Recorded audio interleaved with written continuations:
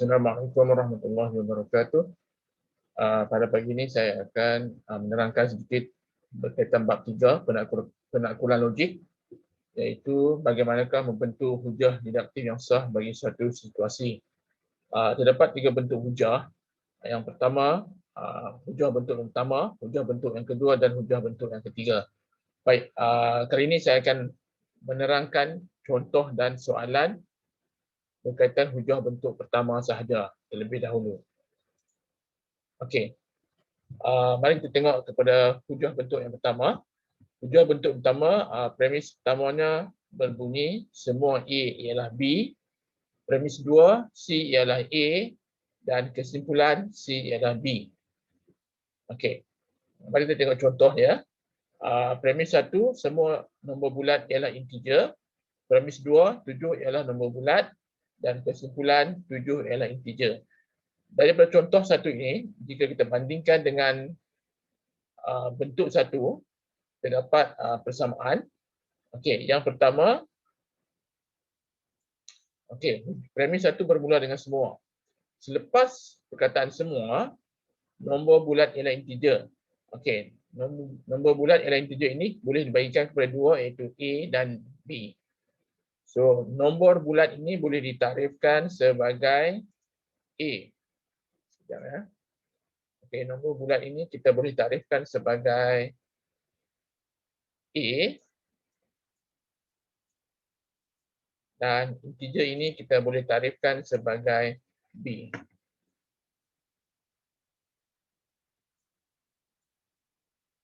Okey, ialah perkataan hubungan antara A dan B. Okey, kita cuba tengok premis nombor 2. 7 ialah nombor bulat. Dalam bentuk hujah yang pertama, premis 2 bermula dengan C, bermaksud perkataan pertama dalam premis nombor 2 ialah C. Jadi 7 ini mewakili C. Jadi kita tanda dulu. So 7 ini ialah C. Dan pasangan dia ialah untuk premis nombor 2, C ialah A. Bermaksud C ialah nombor bulat. Jadi tempat bagi setiap kedudukan huruf ni adalah muktamad, telah ditetapkan. Jadi kesimpulannya ialah 7 ialah integer. C ialah B. Jadi kedudukan 7 itu merupakan C. Integer ini ialah B.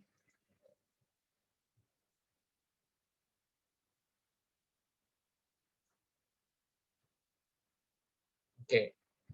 So cara inilah bentuk hujah yang pertama. Semua nombor bulat ialah integer. 7 ialah nombor bulat, 7 ialah integer. Jika kita lihat semula pada rumusnya, semua A ialah B, bermaksud selepas perkataan semua, nombor bulat kita boleh tarifkan sebagai A ialah integer. Selepas ialah integer itu mewakili B. Dan premis 2 bermula dengan C ialah A. Perkataan pertama 7 boleh ditarifkan sebagai C dan nombor bulat ialah A. Kita hanya ambil balik daripada premis 1 dan salin. Kesimpulan 7 ialah integer, bermaksud 7 ini adalah C dan integer adalah dari B. Jadi kita salin semula. Okey, mari kita tengok contoh nombor 2. Okey, semua pentagon ada 5 sisi. Bentuk P ialah pentagon dan kesimpulannya ialah bentuk P ada 5 sisi. Baik, mari kita lihat semula kepada rumusnya. Premis 1, semua A ialah B.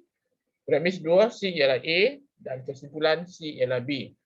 Perkataan pertama ataupun ayat yang pertama selepas perkataan semua kita boleh tarifkan sebagai A. Sudah, jadi selepas perkataan semua, okey, pentagon ini kita boleh tarifkan sebagai A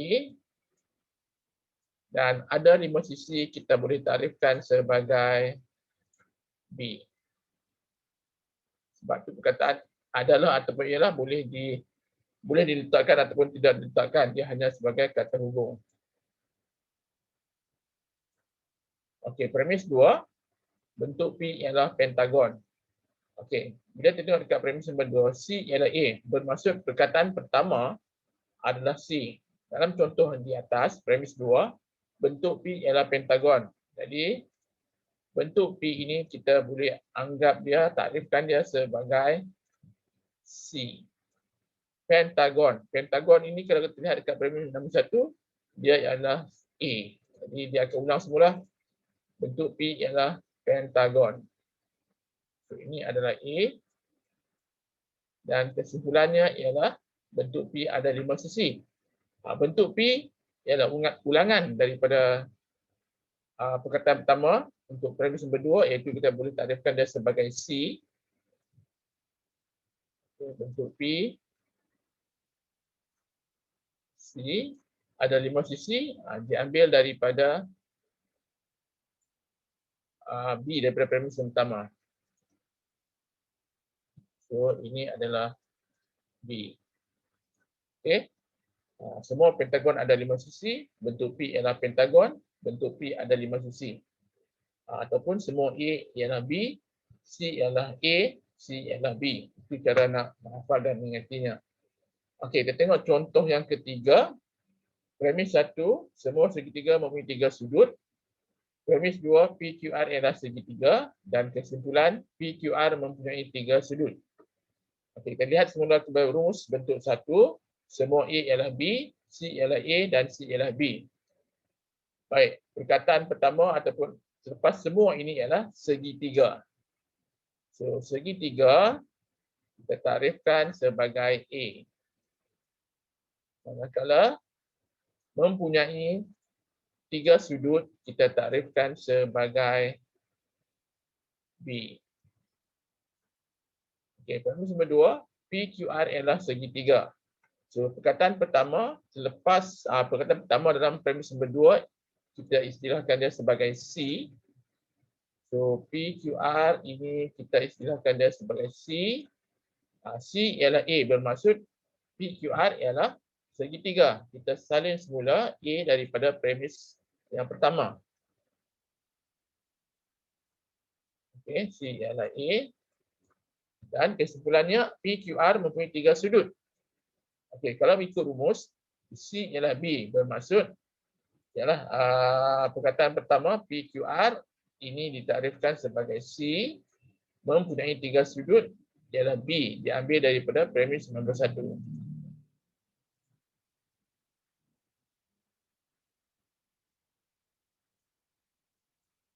Okey, jadi saya harap untuk contoh ni murid-murid dapat mengenal pasti A, B dan C sebelum kita boleh dapat menjawab soalan.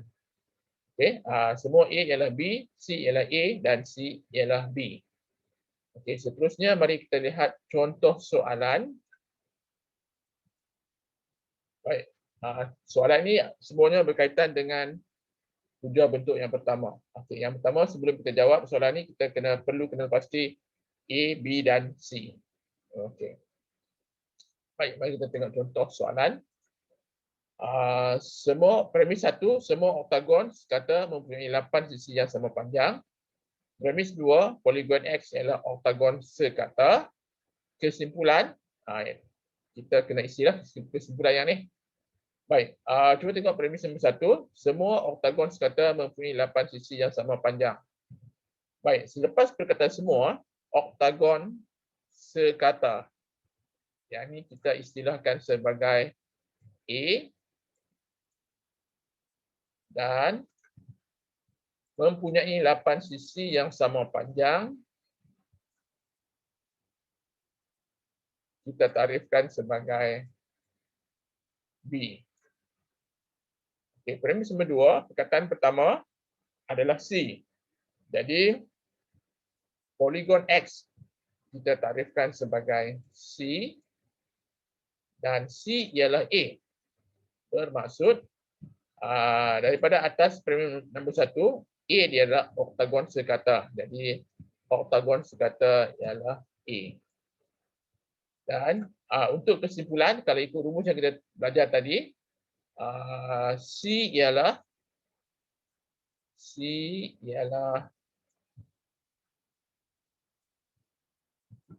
B.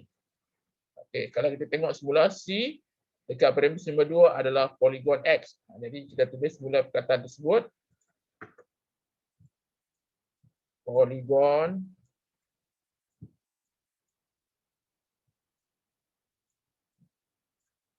X. C ialah B, bermaksud poligon X mempunyai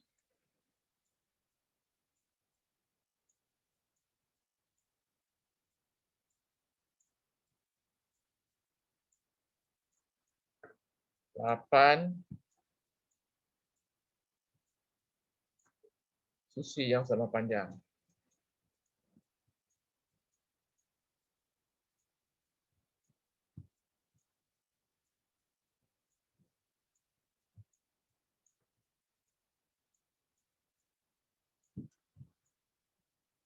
Okey, kita pandang. Poligon X mempunyai 8 sisi yang sama panjang. Okey, kita pergi ke soalan nombor 2. Semua integer negatif, premis nombor 1 dia berbunyi semua integer negatif lebih kecil daripada kosong. Premis 2, X adalah integer negatif dan kesimpulan diminta kita tulis jawapannya. Okey, benda yang pertama yang kita kena buat, kita kena kenal pasti siapakah A, siapakah B dan siapakah C. Okey, daripada premis nombor 1, selepas perkataan semua integer negatif, kita takrifkan dia sebagai A dan lebih kecil daripada kosong, kita takrifkan dia sebagai B. Dan perkataan pertama dalam premis 2 iaitu X, kita istilahkan dia sebagai C. Premis 2, C ialah A. X ialah integer negatif. Bermaksud A di premis nombor 1 di bawah, turun ke bawah. Okey, ini adalah A. Okay, jawapan untuk kesimpulan ialah C ialah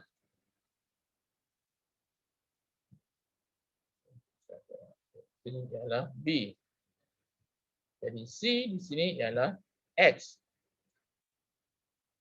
Okay, so X lebih kecil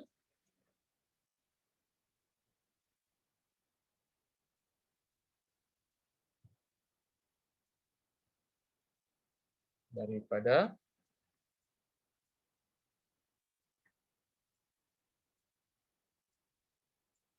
kosong.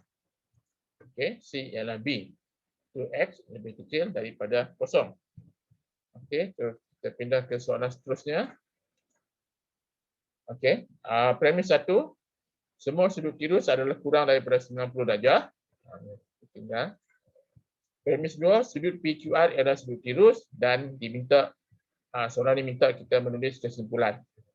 Baik, seperti biasa kita tentukan dulu siapakah A.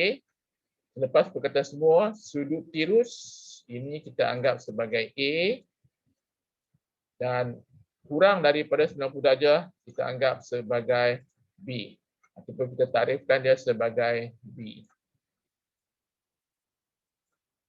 Dan perkataan pertama dalam premis nombor 2 iaitu sudut PQR, kita takrifkan dia sebagai C.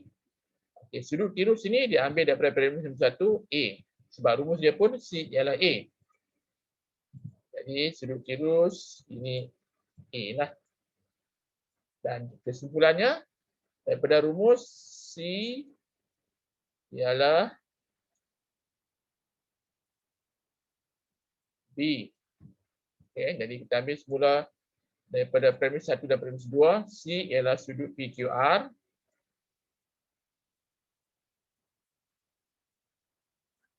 Okey, adalah kurang daripada sudut PQR adalah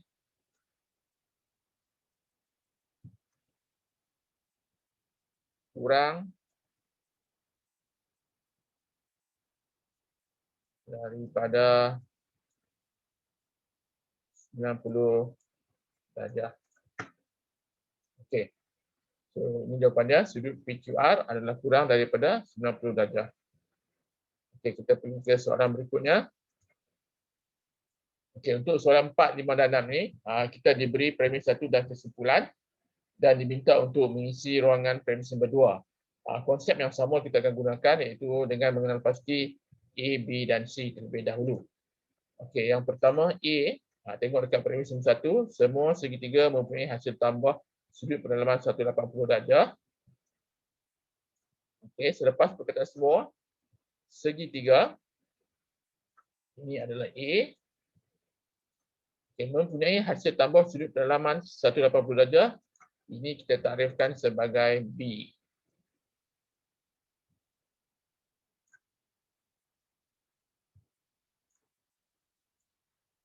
Okey. Dan kesimpulan diberi kepada kita ABC mempunyai hasil tambah sudut pendalaman 180 darjah. Okey, perkataan pertama dalam kesimpulan ia adalah C. Jadi ABC kita takrifkan sebagai C. Kemudian mempunyai hasil tambah sudut pendalaman 180 darjah diambil daripada premis nombor 1 iaitu B. So ini semua kita tanda sebagai B. Dan jawapan untuk premis nombor 2 ialah ikut rumusnya CRC ialah A. Jadi jawapannya C adalah ABC.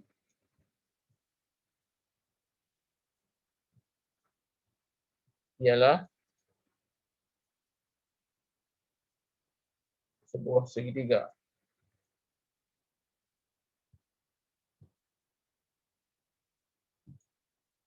Perkataan sebuah ni boleh ditambah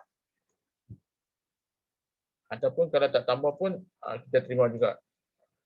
Okey, ABC ialah sebuah segitiga. Baik, kita tengok soalan yang berikutnya. Soalan 5. Semua nombor ganjil tidak boleh dibagi tepat dengan 2. Kesimpulan yang diberi P tidak boleh dibagi tepat dengan 2. Jadi seperti biasa langkah yang pertama tentukan A.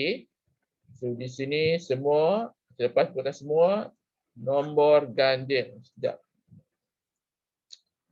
Okey, nombor ganjil. Ini adalah A. Kemudian tidak boleh dibagi tepat dengan 2. Ini adalah B. Kesimpulan, P tidak boleh dibagi tepat dengan 2. Perkataan pertama, P ini kita takrifkan sebagai C. Dan tidak boleh dibagi tepat dengan 2. Ini diambil daripada premis nombor 1. Yang ini adalah B. Jawapan untuk premis nombor 2, C ialah A. C dalam kesimpulan adalah P. So P adalah nombor ganjil. So adalah kita boleh tambah menggunakan adalah pun boleh, ialah pun boleh, adalah nombor ganjil. Sebab A itu adalah nombor ganjil diambil daripada premis 1. Okey. So premis 2 yang diminta jawapannya P adalah nombor ganjil. Okey, seterusnya kepada soalan terakhir untuk bentuk yang pertama ini. Premis 1, semua nombor dana hanya boleh dibahagi dengan 1 dan nombor itu sendiri. Premis 2 dikosongkan. Kita akan tulis jawapan sebentar lagi. Kesimpulan 23 hanya boleh dibagi dengan 1 dan 23. Okey. Langkah pertama tentukan dulu A, B dan C. So nombor perdana adalah A. Hanya boleh dibahagi dengan 1 dan nombor itu sendiri. Kita takrifkan sebagai B. Okey, kesimpulan 23 perkataan pertama adalah C dan hanya boleh dibahagi dengan 1 dan 23, ini adalah B.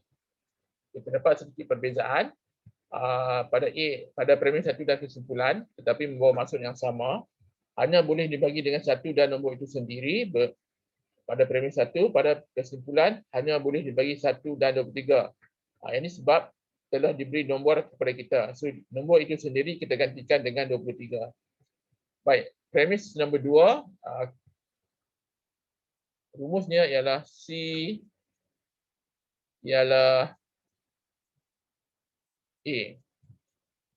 C kita ambil daripada kesimpulan 23 adalah nombor perdana.